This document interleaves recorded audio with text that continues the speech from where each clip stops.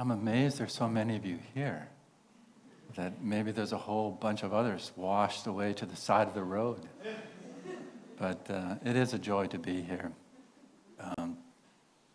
Unfortunately, we only figure out how to do this once a year to come and visit, but nevertheless, it's touching to see all of you, and old friends and new friends, so thank you for coming.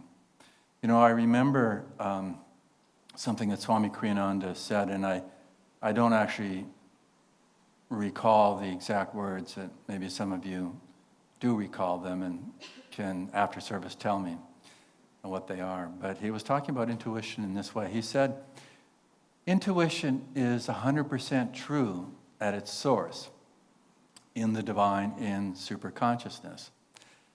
But by the time it filters into us, through our desires, our attachments, our ego, our likes and dislikes, it's just a tiny fraction that happens to be true. Isn't that interesting? And what I tuned into in this statement was a couple of things.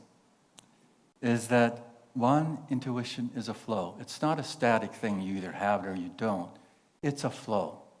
It's always there at its source. And that flow is a dynamic presence in creation. You could say it this way, that the soul is that individualized part of omnipresent spirit. And within that, in that flow from the omnipresent spirit into the individual soul, intuition is always flowing. It's never turned off. And so that's an important way of understanding soul intuition, that it's always there for us. And the second point that's obviously corollary to that is that we need to do our part to allow the flow to happen in our own experience. It's not that we have to gain intuition so much, although that's how we usually talk about it. We need to let it come more powerfully because it's there already. And that experience is something we need to nurture. And I was reading just the other day the latest book from Crystal Clarity Publishers in the Yogananda, Wisdom of Yogananda series. It's called How to Spiritualize Your Life. And maybe not that many of you have seen it. They just were sending it out this past week. But there's a section on intuition. And Yogananda says an interesting thing. It seems maybe counter to the title of today's reading from Rays of the One Light. But in it he says, if you want to develop intuition, calmly reason and calmly feel in everything in your life. That's interesting, isn't it? Because reason isn't the obstacle. Reason isn't the enemy so much to intuition. It's that reason, given its free rein, will tend to go into what the reading today was saying, that it will limit it to perhaps what we've known from our past experience and base our decision on that, or we just assume that it will be this way because other things have happened in this way. And so reason can become a circumscribed little box of our awareness. And if we place too much emphasis onto reason and into reason, we limit ourselves. We actually feel the box is reality.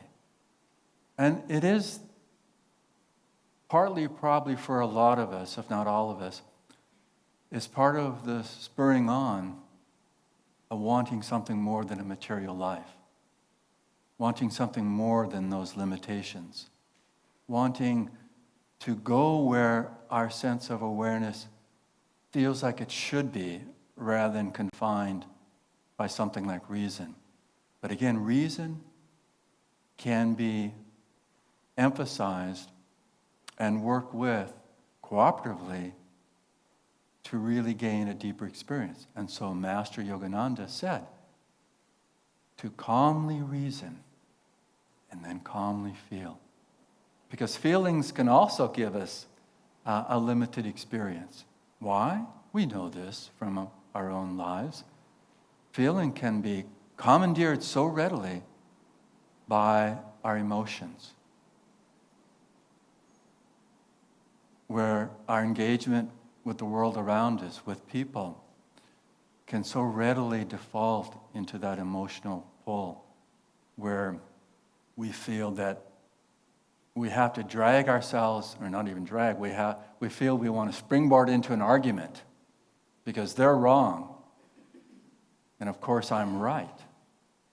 That emotional surge can start to bring more of a polarity in our lives, a separation, a distancing from our true self in the world around us, from our true self in other people.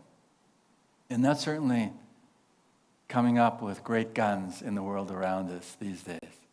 There's so much pull and isolation of opposing forces, of tensions that seem to be over-exaggerated to such a large degree. Which reminds me of this joke that ties into being down in Silicon Valley, that you know what the law of Newton is, right? That every action has an opposite, true, equal reaction. Well, in terms of the internet, it's that there is a overreaction of an overwhelming argumentative energy to everything that happens. And it's true, isn't it? I mean, you know, if you read any article and then you see some of the comments and you realize, oh my goodness, why would one care to put that into the comment field, you know? I mean, we know we're probably going to disagree with most of what comes through in media, but we don't have to impose our disagreement on the world around us. But that's what starts to happen when reason feels like, well, I've got to justify something. And there are times, we all know that, where justification, we understand that as what is the dharma in a situation? What is the righteousness of a situation? But even then, we don't need to impose that on others. Swami Kriyananda and Yogananda, of course, emphasize rather, how do we open up to a greater magnetic presence of what is positive, of what can influence, what can affect others by them tuning into that magnetism that we offer freely and find their own truth in that experience. Because the power of magnetism, it's so real. And in the world that most people live in terms of their influences, what affects them, it's primarily a tremendously negative magnetism in this way.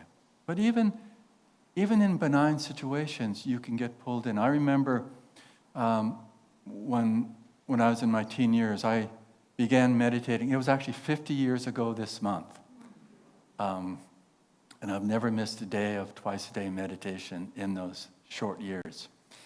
But a few months, I think 6 months after I learned to meditate, that I enrolled in university. This is the University of Manitoba, who probably none of you have ever heard of. But for the end of the first semester, there were a couple of my courses that had written examinations that had to be happened. And the hall that we were writing this in was bigger than this space. It held several hundred people writing the exam. And you know what the scenario was, that you came into this room, you got your assigned seat, you were plugged into your assigned seat, and on the desk was the exam paper turned upside down and a pen or pencil. And then at that exact time, when it was going to begin, one of the exam monitors in the room, probably a grad student, said, okay, you can turn your paper over and start your exam, and you've only got 2 hours to complete this written examination. And for whatever reason, it was intuition. I thought to myself, I'm not going to do that. And so I didn't turn my paper over, and I didn't start the exam. I meditated. I was just 18 at the time, and but I could feel around me it wasn't so much anxiety, it was more intense apprehension. Now, people would equate that to anxiety, but as the proverbial statement says, you could slice the apprehension in the air with a knife. It was real. It wasn't just, oh yeah. And then the scurrying of people just getting into answering the examination questions. And so I just sat there. And I hadn't pre-planned doing this. It was just really in that moment I intuitively felt, I'm going to change the playing field. And so I sat there. And after a few moments, one of the exam hall monitors came by and said, are you feeling all right? Can I do anything for you? You can turn your paper over and start.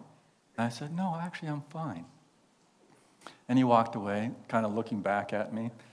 And so I sat for about 10 minutes, just meditating. And you know what it's like when you're really in the flow of meditation. It's almost like the scenario, the setting, created even more of my inwardness compared to the rajasic tension that was there, or apprehension that was there. And so I really wasn't just closing my eyes and being in kind of a calmness. I was really in meditation. I could feel that. And I could feel, now I know how to relate to this examination. Because I had studied, I hadn't read the autobiography at this point, but I read that chapter about him going to finishing school and going to college, about how Yogananda dealt with examinations. I thought, now I would have liked to have known that. But I did my part without knowing that. But I'd studied, I'd prepared, so it wasn't that I was hoping for the best things to happen. I felt confident. But after 10 minutes, I turned over my paper, and it was like an adventure rather than a burden. Because obviously most of the people were feeling it as a burden. I've got to get through this.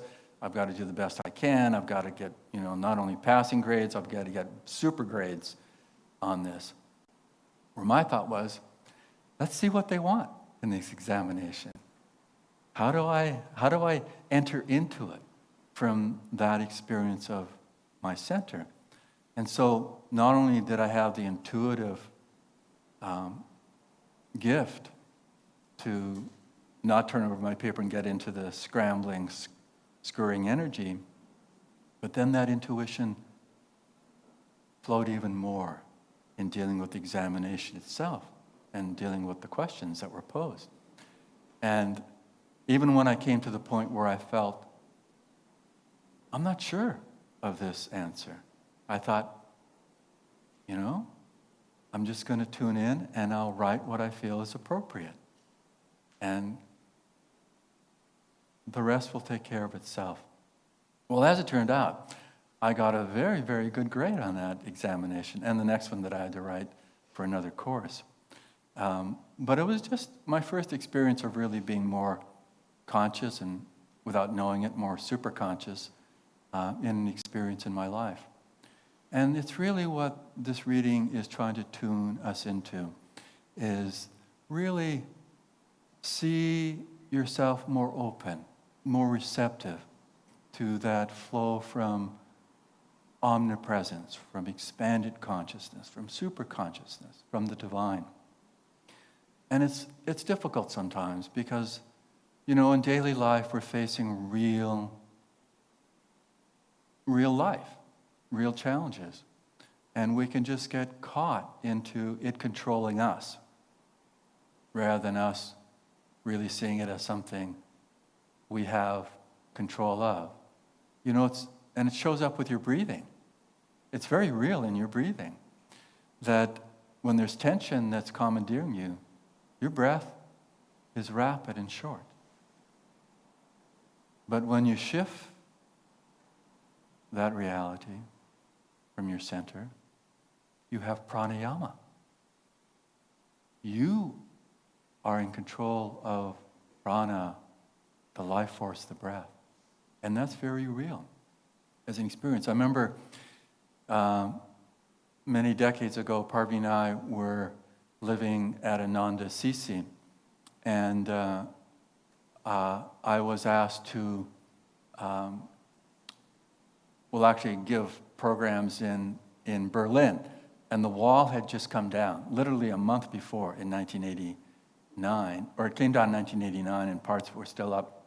But in 1990, I went to do programs at this yoga institute in West Berlin. There were still West and East Berlin. But on the way back, before going home, I met up with some of our other Ananda Sisi teachers. I remember Maya Devi, who many of you know probably of Maya Devi and Helmut. They've been primary teachers over in Ananda Sisi for decades. But we did this New Age festival in Düsseldorf. So I flew from Berlin into Düsseldorf, and they drove up from Assisi. And we were staying with someone outside of the center of the city of Düsseldorf and driving in each day. And we had a booth, and we gave classes and programs. But one morning, I think it was the second morning we were driving in, and it's on the Autobahn. And so those familiar with Europe, they go fast there. We think we go fast. They have no speed limits for a lot of their Autobahn freeways. And we were zipping along. I think there were 3 of us in the front seat of this van. And in a surreal way, the car in front of us just went off, as if there was a ramp to go off on, but there was no ramp. And it hit the ditch alongside the Autobahn and flipped and still kept going on its roof, sliding in this ditch. But it was so surreal. And the immediate thought was, from reason, we need to stop and get out and do something. And for whatever reason, I had this intuitive, strong presence saying, no, pause for half a minute and send healing prayers right now. So we did that. We just focused on what we saw. We said Yogananda's healing prayer, and we rubbed our hands and took that time. And then we rushed out. We were the first people to get to this car. And it was just like, oh my goodness, you know. But remember, it was upside down. But we heard noises. And we saw in the front seat, upside down, this woman, and she had blood all over. And it was just, you just felt, oh, this is worse than I thought it could be. And we couldn't get the door open because it was crushed from being upside down. And so we carefully broke the rest. The windshields, all the windows were broken from the impact. But we kind of carefully with cloth broke more of the glass and pulled this woman through the window of the driver's seat door. And there was blood everywhere. But what we realized, she wasn't really that injured. It was all the capillaries of the blood capillaries in your face bleed profusely, not necessarily with a lot of damage. So all this glass had come into her face. But she actually got up, and she started saying something in German. And luckily, Maya Devi understood Deutsch, and she was pointing to the back seat of the car. There was someone there. Well, that had collapsed in from the power, the impact of sliding.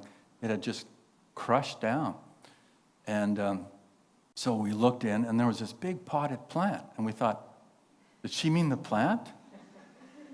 And then we saw this man. He had been sleeping in the back seat, so when the car got crushed, being upside down, he was protected because he was lying down on the seat. So we pulled him out of the back window because it was broken. And then the Polizia, the Deutsch highway patrol equivalent came, and they parked quite a ways back, and they were walking towards us. And when they saw the car, they actually looked very pale. They thought, this is horrendous. This is a bad accident. And the man we had him lying on the ground, and we're talking to him, or Maya Devi was talking to him in German. But the woman was standing with us having a conversation. And the Polizia came by right up to us and said, so where are the victims? There must be people in the car. And I said, no, this is the woman that was driving, and there's the man. And it was like this sheet of relief came over them in that way. But this idea that intuition is only some spiritual thing, intuition can infect, and that's an interesting word. It can infect and imbibe us in every part of who we are. But we have to not only trust it, we actually have to work on it. As I quoted Master saying, to calmly reason and to calmly feel will draw that intuition. And we've all heard, after taking meditation classes, that we want to reserve that time after doing our techniques, whether it's the Hong Sa technique of concentration or other techniques. We want to reserve that last third to a quarter to a third part of our time in sitting meditation to release the techniques. And this is when we're really in true meditation, not the practice of meditation, which is fundamentally critical, but we take that and that focus, that concentration, that absorption into deeper absorption, where we're just feeling the experience of the divine in that way. And Yogananda said, that is how we really come to develop soul intuition in an applied way in our lives.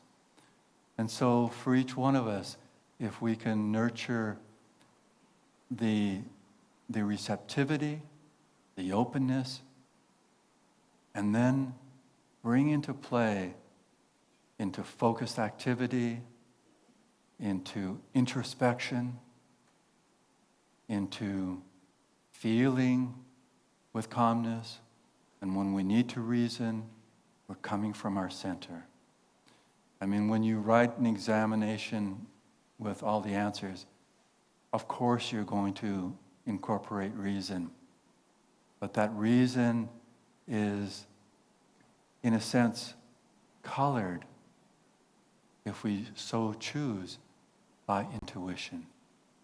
And so we don't leave aside reason. We influence it to be connected, to be unified, so that reason and intuition together really bring us, in the most mundane experience of our lives, the touch of the divine. Let's do this every day. Blessings.